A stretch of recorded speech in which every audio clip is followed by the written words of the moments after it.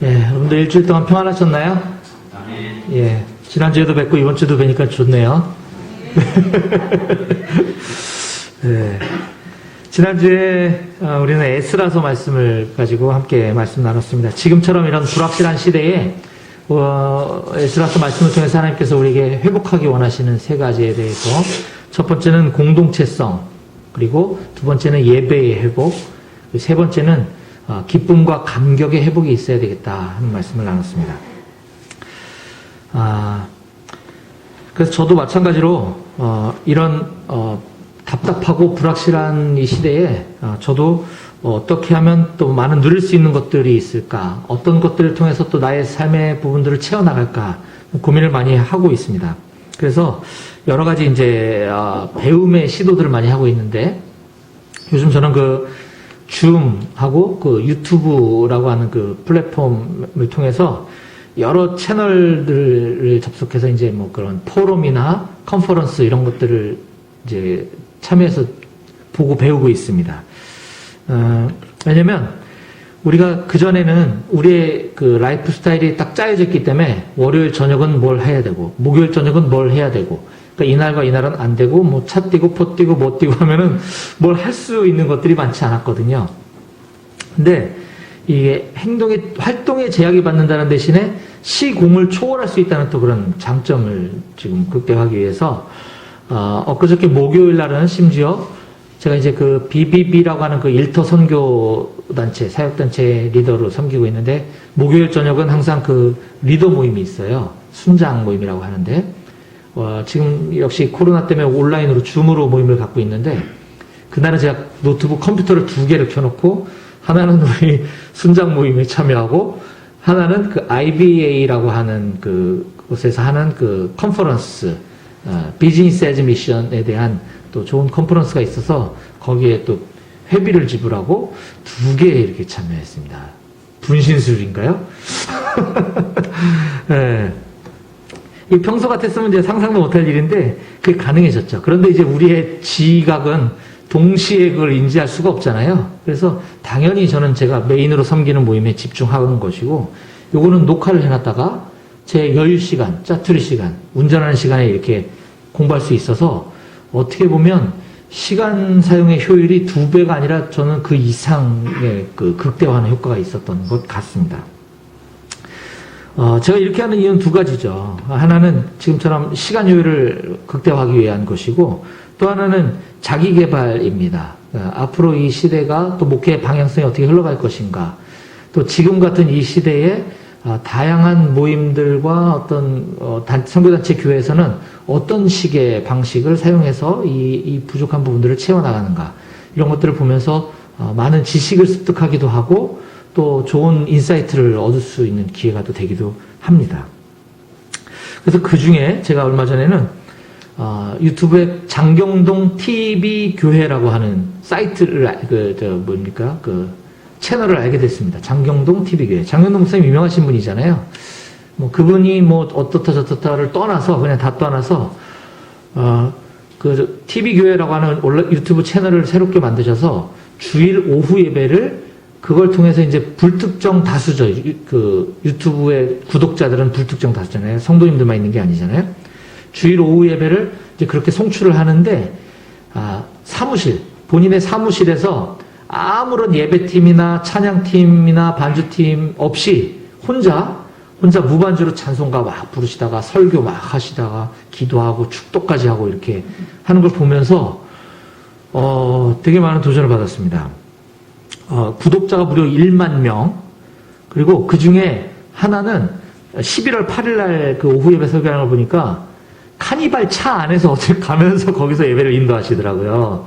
카니발 차 안에서 이렇게 흔들리는 데서 찬송가 부르고 설교하고 막 이렇게 하시는데, 그래 말씀하시는 거예요. 이미 오래전에 예정되어 있었던 지방의 그 부흥의 집회가 계획되어 있어서 이거를 취소할 수도 없고, 또 이걸 하기 때문에 이 새로 시작한 그 TV교회 온라인 유튜브 예배를 멈출 수도 없고, 뭐 방법은 녹화해 놓은 거를 그냥 보낼 수도 있지만 이게 라이브로 하기로 했다, 이렇게 말씀하시면서 그때 하셨던 말씀 중에 하나가, 그 영상의 조회수가 무려 4,100명이더라고요.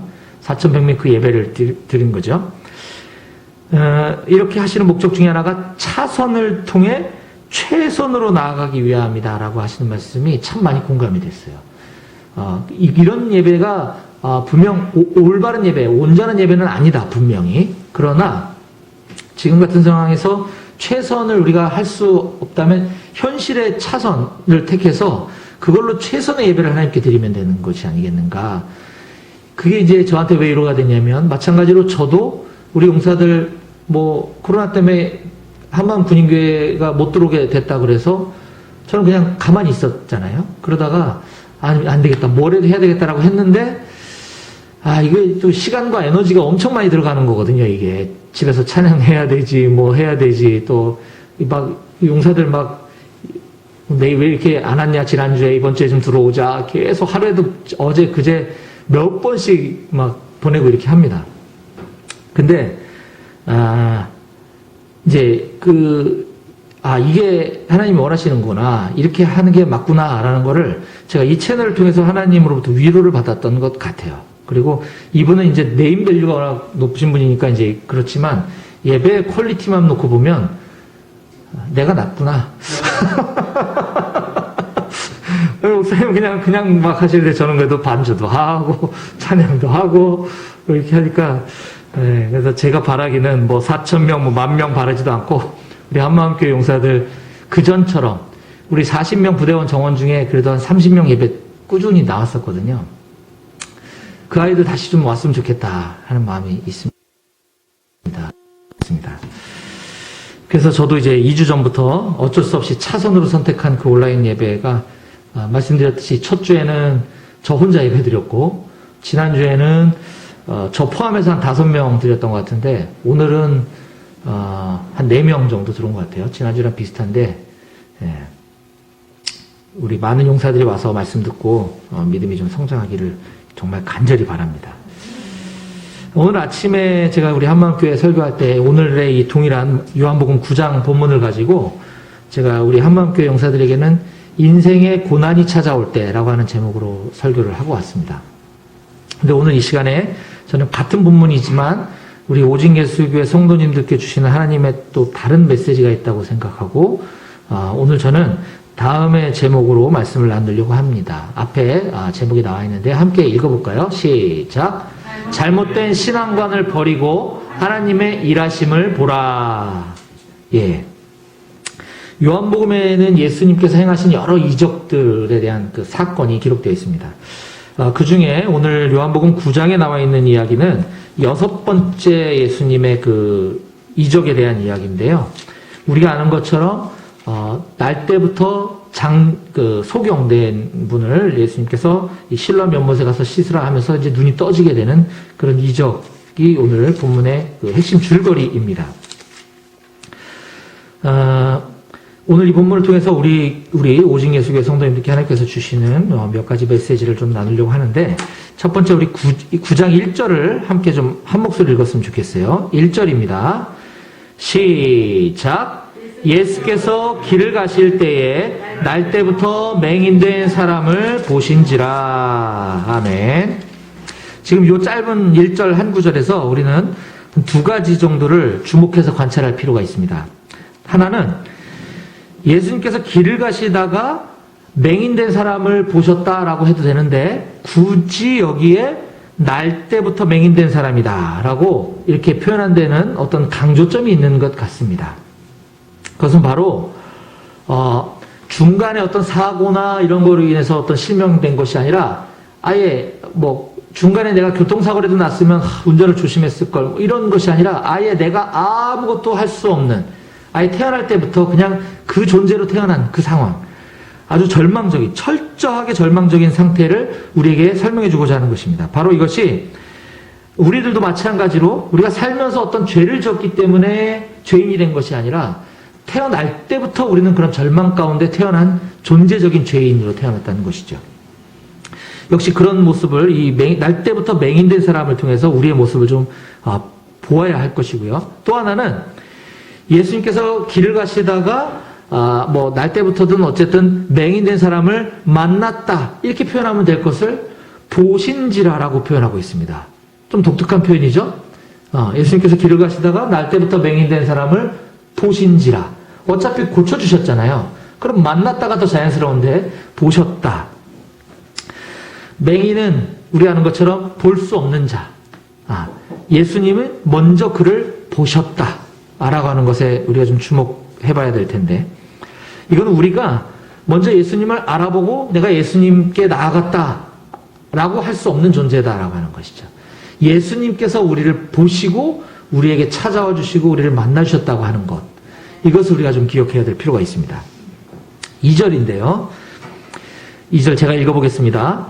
제자들이 물어 이르되 랍비여, 이 사람이 맹인으로 난 것이 누구의 죄로 인함이니까? 자기니까? 그의 부모니까? 네.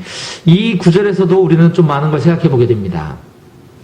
우선은 이때 당시 예수님의 제자를 포함한 일반적인 모든 사람들은 이와 같은 어떤 장애, 선천적으로 특히 몸이 불편하고 이런 사람들을 볼 때 당연히 어떤 죄 때문일 것이다 라고 하는 인식이 깔려 있었다고 하는 것입니다.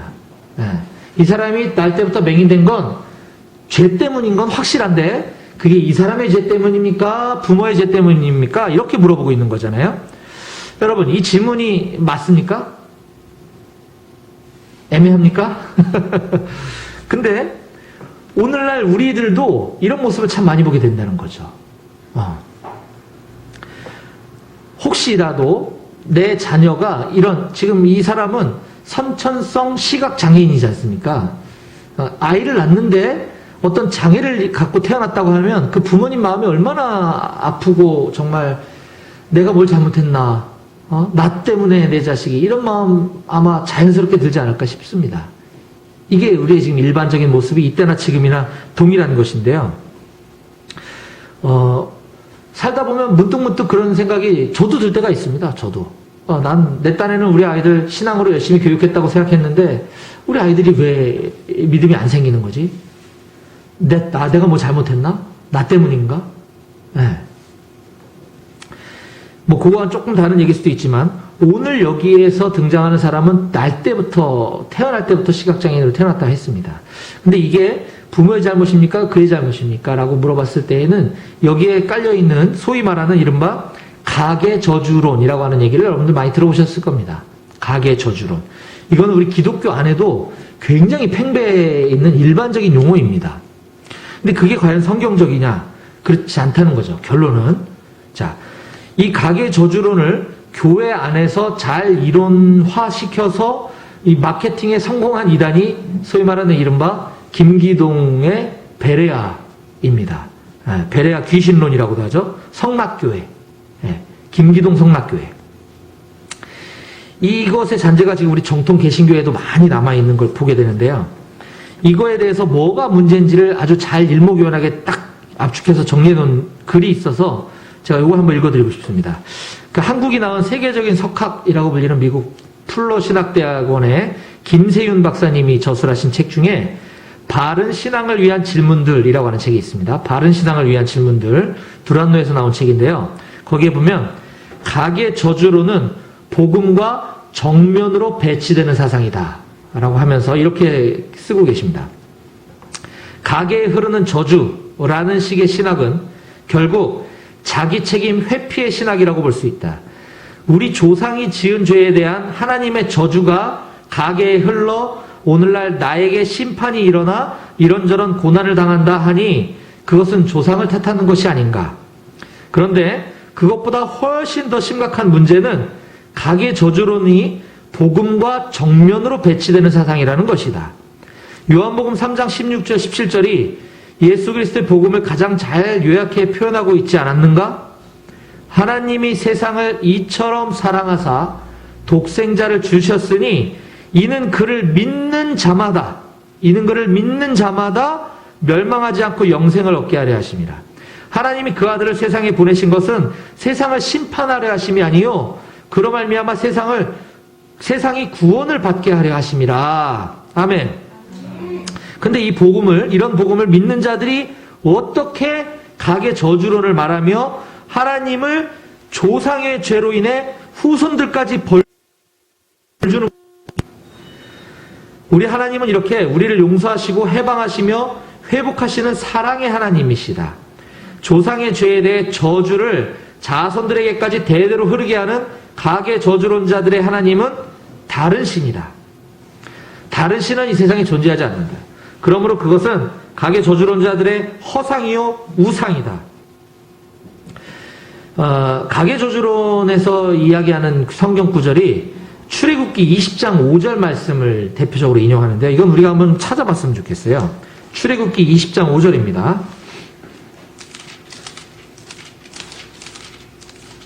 출애굽기 20장 5절 6절인데요.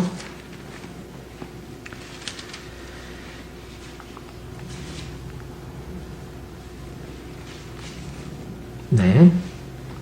출애굽기 20장 5절 6절에 보면 하나님이 조상이 그 우상 숭배에서 지은 죄를 자손 3, 4대까지 물려서 벌하겠다라고 하는 내용이 나옵니다. 요걸 가지고 이제 가계 저주론 운운하는 것인데 자, 한번 잘 보겠습니다. 20장 5절.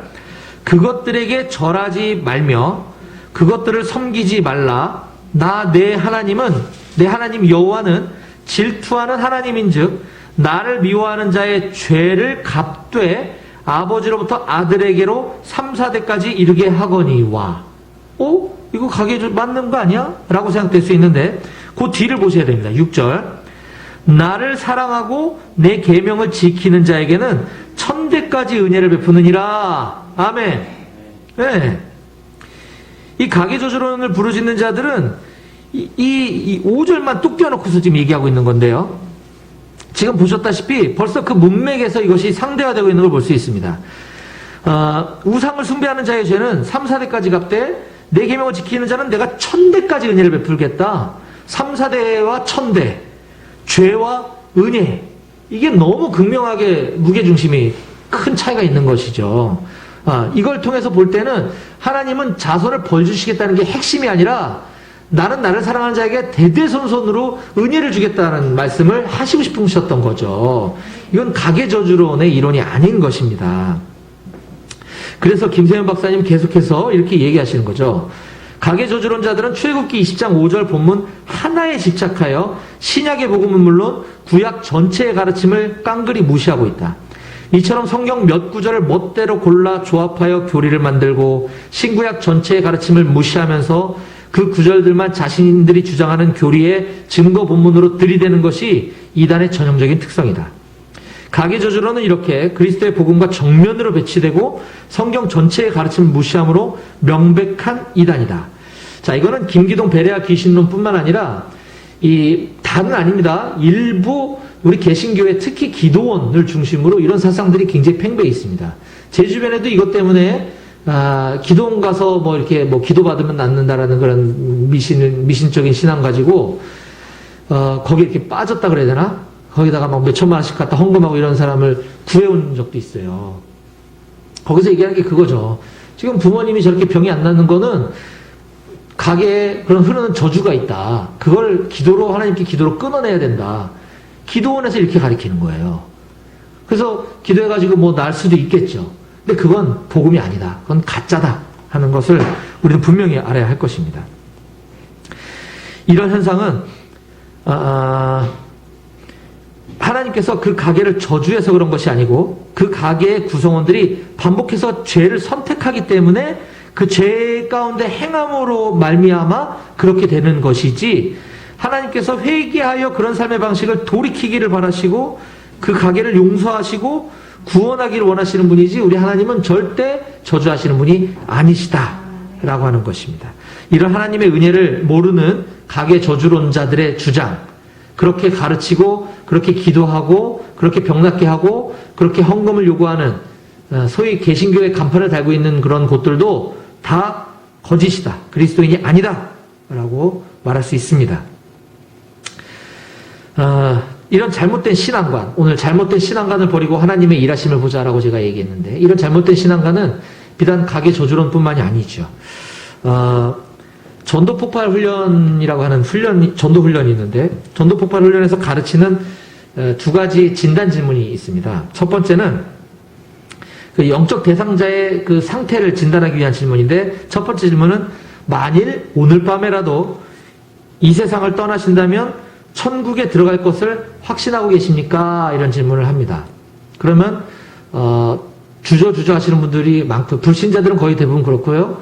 교회를 다니시는 분들도 조금 고민하시는 분들이 꽤 있어요, 은근히. 근데 이제 두 번째 이렇게 물어보는 거죠. 만일 오늘 밤 이 세상을 떠나 천국문 앞에 섰는데, 그때 하나님께서 내가 너를 나의 천국에 들어오게 해야 할 이유가 무엇이냐라고 물으신다면 어떻게 대답하시겠습니까? 이 질문 앞에 다양한 질문들이 나옵니다. 나름대로 성실하게 살았다. 교회 한 번도 안 빠지고 난 열심히 나갔다. 평생을 교회에서 봉사도 많이 했다. 근데 이 질문의 정답은 믿음이잖아요. 믿음. 네. 제가 과거에 평신도 때 섬기던 교회에서 1년에 2번씩 그 농촌 미자립 교회 아웃리치를 가도록 목장 단위로, 소그룹 단위로 1년에 2번은 여기서 예배드리지 말고 나가서, 목장 단위로 나가서 어려운 교회, 미자립 교회를 가서 거기서 예배드리고 거기에 필요를 채워주고 와라, 이런 목사님의 가르침이 있었습니다. 그때 부천에 있는 한 교회에 저희 목장 식구들과 함께 아웃리치를 가서 작은 교회죠. 나가서 이제 같이 노방전도를 한 일이 있는데, 그때 이제 제가 만났던 한 솜사탕 파는 아주머니인데 권사님이셨어요. 제가 잊을 수가 없습니다. 교회 다니시냐고 물었더니 교회 다니신다는 거예요. 어디 다니십니까? 했더니 여의도에 있는 뭐 큰 교회 다니신다는 거예요. 네, 권사님이시고, 그래서 가서 나는 오늘도 예배 열심히 드리고 오후에 나와서 지금 솜사탕을 팔고 있노라 라고 물어보시길래, 제가 이제 아까 그 질문을 여쭤봤어요. 조심스럽게. 제 조심스러운 질문입니다만, 만일 오늘 밤 우리 권사님께서 이 세상을 떠나신다면 천국에 들어갈 확신이 있으세요? 물어봤더니 주저함 없이 못 가지. 내가 못 가. 얘기하시는 거예요. 아니 왜요? 교회 다니신다면서요? 그랬더니 내가 지은 죄가 많아서. 네. 이분은 지금 죽으면 안 된다는 거예요. 절대. 천국 못 간다는 믿음이 있으시더라고요. 주여. 그래가지고 제가 이제 여기서 복음을 막 전했는데, 이런 잘못된 신앙의 습관들, 우리가 알게 모르게 너무 많습니다. 너무. 저는 특히나 일터 선교를 하고 있기 때문에 이 젊은 사람들도 교회 다니는 사람들 많이 만나잖아요. 구원에 대한 확신이 없는 사람들, 구원에 대한 근거를 명확히 모르고 있는 사람들 너무 많습니다. 너무. 안타깝더라고요. 자, 다시 본문으로 돌아와서 오늘 이 선천성 시각장애인이 이런 신체를 가지고 태어난 이유가 본인이나 조상의 죄가 아니라고 하는 것은 우리가 이제 분명히 오늘 알았습니다. 가계저주로는 그건 이단 사상이다. 자, 그렇다고 한다면 무엇 때문인가 도대체? 이 사람은 왜 태어날 때부터 장애를 가지고 태어났나? 이거에 대한 해답을 우리 예수님께서 3절에서 이렇게 가르쳐주고 계십니다. 예수께서 대답하시되, 지금은 요한복음입니다. 출애굽기에 가 계시면 안 되고요. 요한복음 9장으로 오셔야 됩니다. 9장 3절. 예수께서 대답하시되 이 사람이나 그 부모의 죄로 인한 것이 아니라 그에게서 하나님이 하시는 일을 나타내고자 하심이라. 아멘. 이게 그 사람이 날 때부터 장애인이었던 이유라는 거죠. 알듯 말듯 아리송합니다. 너무 어렵습니다. 그에게서 하나님이 하시는 일을 나타내고자 하기 위해서 날 때부터 맹인이라고요? 이게 무슨 말이지 도대체? 자, 하나님이 하시는 일, 이걸 나타낸다 그랬는데 이게 뭔지를 봐야 되겠죠. 하나님이 하시는 일이 뭔가. 자, 조금 앞으로 가서 요한복음 6장 28절 29절을 보면, 요한복음 6장 28절 29절입니다. 지금 이 요한복음 6장의 배경은 예수님께서 네 번째 기적, 오병이어의 기적을 행하시고 뭐 바다 위로 막 걸어오시고 뭐 이런 엄청난 일을 벌이시니까 수많은 사람들이 예수님을 막 따라오는 그런 상황 가운데, 그 예수님을 막 쫓아오는 사람들에게 예수님이 이렇게 가르치신 것입니다. 28절. 그들이 묻되, 그 무리들, 예수님을 추종하고 막 쫓아오는 그 무리들이 예수님에게 묻되, 우리가 어떻게 하여야 하나님의 일을 하오리까? 지금 은혜 받은 거예요. 지금 막 엄청 은혜 받았어요. 내가 이제 하나님 위해서 살고 싶은데 내가 어떻게 해야 하나님의 일을 하겠습니까? 라고 물어볼 때 예수님은 이렇게 말씀하십니다. 예수께서 대답하여 이르시되 하나님께서 보내신 일을 믿는 것이 하나님의 일이다. 아멘. 하나님께서 보내신 이 바로 예수 그리스도죠. 예수 그리스도를 똑바로 믿는 거, 그게 하나님의 일을 하는 거야. 아까도 얘기했듯이 오늘날 교회를 다닌다고 하는 사람들이, 직분자들이 어떻게 천국을 가는지도 모르고 천국을 간다는 확신도 없고 이런 상황 가운데 예수님을 제대로 아는 것, 예수님을 제대로 믿는 것, 이거가 하나님의 일이다라는 걸 지금 말씀하고 계신 거예요. 자, 이 맹인이 태어날 때부터 이렇게 태어난 것을 통해 사람들이 예수님을 믿는 일이 일어나게 될 거다라고 하는 말씀입니다. 그의 장애를 통해 이 예수님을 믿게 되는 일들이 많이 일어나고, 실제로 그가 나중에 눈을 떠서 보게 됐을 때 그 기적을 경험하고도 바리새인들은 오히려 그를 핍박하고 막 공격하는 장면이 9장 뒤에 나옵니다. 자, 이 선천성 시각 장애를 가진 이분이 어느 날 갑자기 눈을 뜨게 된 그 사건, 그 본질에 주목하는 것이 아니라 도대체 안식일에 누가 그랬어? 이거 갖고 트집 잡는 거거든요. 그거 가지고 막 다그칩니다. 누군지 대 빨리. 이때 결국 이 눈뜬 사람은 이 바리새인들하고 논쟁을 하고 결국은 쫓겨나게 됩니다. 바리새인들에게 의해서. 그렇지만 다시 예수님을 찾아와서 이렇게 고백합니다. 9장 38절입니다. 요한복음 9장 38절. 네. 가서 나 눈 떴다고 그러니까 도대체 누가 안식일날 너한테 그 짓을 하라디? 누구야? 빨리 불어. 막 이런 얘기 저런 얘기 하다가 쫓겨남을 당한 거예요. 예수님한테 다시 왔습니다. 이르되 주여 내가 믿나이다.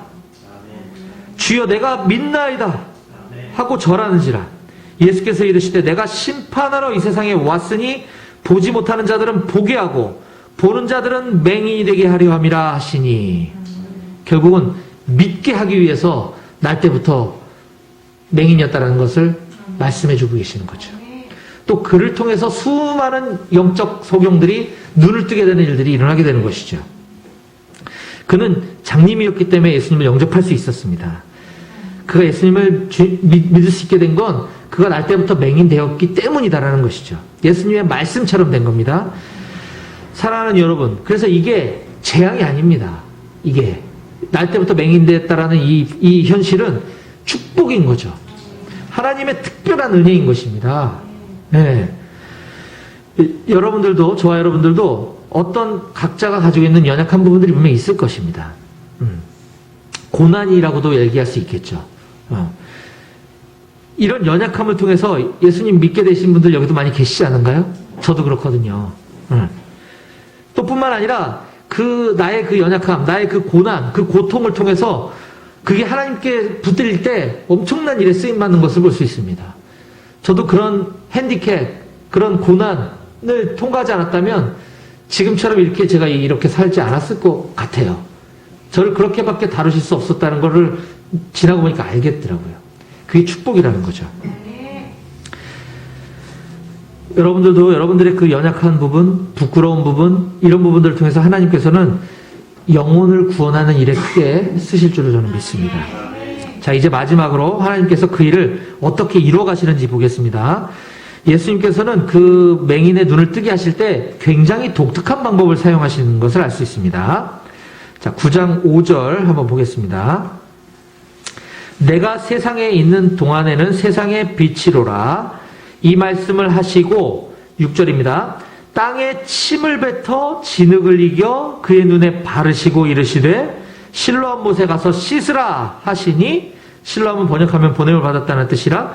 이에 가서 씻고 밝은 눈으로 왔더라. 아멘. 지금 예수님은 이 사람의 눈을 뜨게 하는 방법을 더럽게, 아주 더럽게 침을 뱉어서 흙을 이렇게 뭉쳐가지고 이겨가지고, 그거 내가 만지기도 더러울 텐데 남의 눈에다가 바르셨어요. 생각만 해도 지저분해요. 식사 시간 앞인데 우리가. 네. 그러고서 실로암 연못에 가서 씻으라라고 말씀으로 명하십니다. 여기서 우리가 또 눈여겨서 주목해봐야 될 부분은, 중요한 건 첫 번째는 소경이 먼저 내가 눈 뜨게 해주세요라고 예수님께 찾아오지 않았다라는 거. 아까 얘기한 거랑 비슷하죠? 예수님이 먼저 찾아와서 눈을 뜨게 해주셨다라는 거. 그거 굉장히 중요한 팩트고요. 우리 가끔 구원간증에 대한 이야기를 들을 때 저도 그래서 되게 조심하려고 하는데, 내가 어느 날 내 발로 교회를 찾아가서 신앙생활하기 시작했다, 믿음이 생기기 시작했다, 이런 얘기를 종종 들을 수 있는데 그것 좀 별로 좋지 않은 간증인 것 같아요. 우리는 우리 존재가 스스로 예수님을 찾아갈 수 없는 사람들입니다. 네. 그리고 소경이 눈 뜨게 해달라고 하지도 않았는데 굳이 눈 뜨게 하시겠다고 하면서 방법은 아주 더러운 방법으로 하셨어요. 자, 이때 소경의 입장에서 우리가 생각을 해봅시다. 이제 나도 이제 눈 떠질 수 있겠구나 막 기대하겠습니까? 왜냐면 지금 그런 대화는 전혀 오가지도 않았거든요. 아니면 지금 막 찝찝해갖고 막 짜증나야 되겠습니까 이게? 왜냐면 자기는 평생 불편함 없이 살았거든요. 근데 지금 자 내가 너 눈 떠줄 테니까 조금만 참어, 더러워도 좀 참어, 이런 얘기가 전혀 없고 느닷없이 그냥 퇴해가지고 이렇게 갖고 지금 이러고 있는 거예요. 보지는 못했어도 지금 짜증나는 상황인 거죠. 자, 그러면서 실로암 연못에 가서 씻으래요. 앞을 못 보는 사람이 실로암 연못이 어딘지 또 찾아가야 됩니다. 위험하죠. 불편하죠. 그런데 그가 예수님의 그 말씀에 조건 없이 무조건 순종하는 것을 우리가 볼 수 있습니다. 예수님의 말씀에 무조건 순종하는 그 믿음. 이것이 바로 하나님께서 오늘 우리에게 주시는 교훈이라고 생각합니다. 주님은 말씀만으로도 충분히 이 사람의 눈을 뜨게 하실 수가 있어요. 이미 나사로야 일어나라 말씀만으로 죽은 나사로도 살리셨던 분이셔요. 내가 너에게 명하노니 할 수 있어요. 근데 예수님 왜 이런 더러운 방법을 하셨을까요? 결국 주님은 당신이 받으셔야 될 영광을 우리의 순종이라는 것을 통해서 그 일을 이루시기 원하시고 그 영광을 우리에게 나눠주기 원하신다는 것입니다. 소경의 그 작은 순종을 통해서 이 믿음의 진보, 그의 믿음이 진보를 이루기를 원하셨던 것이죠. 성경의 여러 사건을 보면 여기뿐만 아니라 이런 일들은 굉장히 많습니다. 아담에게도 선악과 열매만 따먹지 말라라고 하시면서 그 영광을 같이 나누기 원하셨는데 불순종을 했던 것이죠. 아브라함에게도 너는 그냥 믿음의 조상이 될지어다 그랬으면 그냥 끝날 것을 굳이 본토 친척 아비집을 떠나라 라고 하면서 어려운 말씀을 주셨어요. 무조건 순종했던 것이죠. 심지어 예수님의 출생에 관한 이야기도 그냥 어느 건강한 가정, 부부 사이가 금슬이 매우 좋은 가정에서 태어나도 전혀 이상하지 않습니다. 근데 굳이 왜 동정녀의 마리아, 동정녀의 처녀의 몸을 통해서 나셨어야만 했나요? 그의 순종을 받으시기 원하셨던 것이죠. 그 예비 신랑 신부의 순종을 원하셨던 거죠. 그 영광을 우리들과 함께 나누기 원하셨던 것입니다. 사랑하는 여러분, 우리에게 이제 기회가 얼마 남지 않았습니다. 우리가 하나님 앞에 배울 날이 뭐 약간씩의 차이가 있겠지만 얼마 남지 않았어요. 이제 낮이 지나면 밤이 오게 될 것인데 우리가 이 주님의 일을 하고 싶어도 할 수 없는 날이 곧 오게 될 거야 라고 주님께서는 4절에 우리에게 이렇게 말씀하십니다. 때가 아직 낮임에 나를 보내신 이의 일을 우리가 하여야 하리라. 밤이 오리니 그때는 아무도 일할 수 없느니라. 바로 지금, 바로 이 순간부터 다른 무엇보다도 가장 소중한 일, 먼저는 나의 믿음이 견고해지는 것이고 그 다음에 하나님께서 가장 바라시는 일, 영혼을 살리는 일, 영혼을 구원하는 그 일, 주님의 간절한 바람이 담긴 그 일에 우리가 얼마 남지 않은 이 인생의 낮이라고 하는 이 시간 동안 하나님께 기꺼이 순종의 삶을 내어드리는 우리 모든 오직 예수의 성도님들이 다 되시기를 주님의 이름으로 축원합니다. 아멘.